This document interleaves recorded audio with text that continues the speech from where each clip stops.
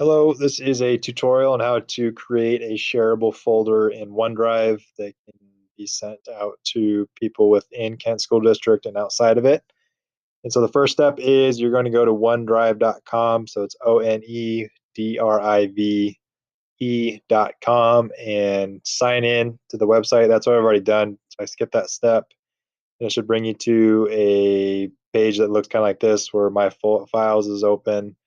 See some folders and probably some documents down there. First step after that is we're going to go to this new button. It's got a plus sign, downward arrow, blue in color. Click on that, and then we're going to choose this folder option. So it's going to say create a folder. I'm going to throw example folder as my name for this example. And once it's spelled correctly, looks like I want, I'm going to click this blue create. What should happen is that it should appear right there. And so next step is I'm going to click on the share button. It's got that arrow pointing to the right. If you hover over it, it says share the selected item with other people. So I'm going to click on that. I'm actually going to scroll down a little bit because sometimes the full menu doesn't show up. Click on that, and what you'll see is send link. It's got some options that are all on here. What I'm going to do next is click on this people you specify can view.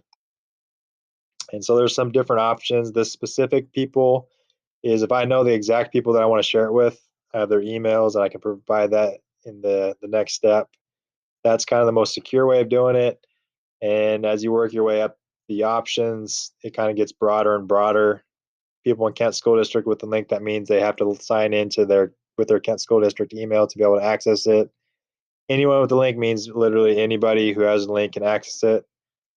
That can be useful for people outside of the Kent School District organization that wouldn't be able to access it with that blue people in Kent School District with the link option.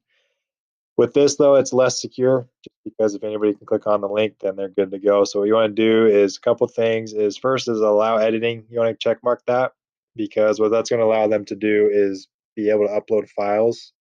So whether it's their images or whatever else you're trying to share with each other. So definitely make sure that that is check marked. And as part of this too, that gives them more kind of options. So they could delete things. And so you definitely just want to make sure that whoever has the link is trusted. You can also set an expiration date.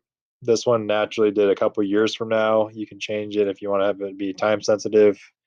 And then to help with the security issue, because again, if anybody can access the link, that's less secure. So you can set an actual password for the folder, which again helps secure it. So you obviously want to pass that password along to whoever you sent the link to, so then they can type it in. Otherwise, they won't be able to access it. If everything looks good, I'm gonna click this blue apply button, and you'll notice anyone with the link can edit it. If I want to still send it to specific people, or if I chose the specific people option in that previous menu, you can type in their email here. You can also add a message and click send. You can also, if you've already got an email typed up or you're trying to send it to them in a different way, you can click this copy link, which will just give you the link that you can send out. Or you can click on this Outlook button, which I'll do real fast.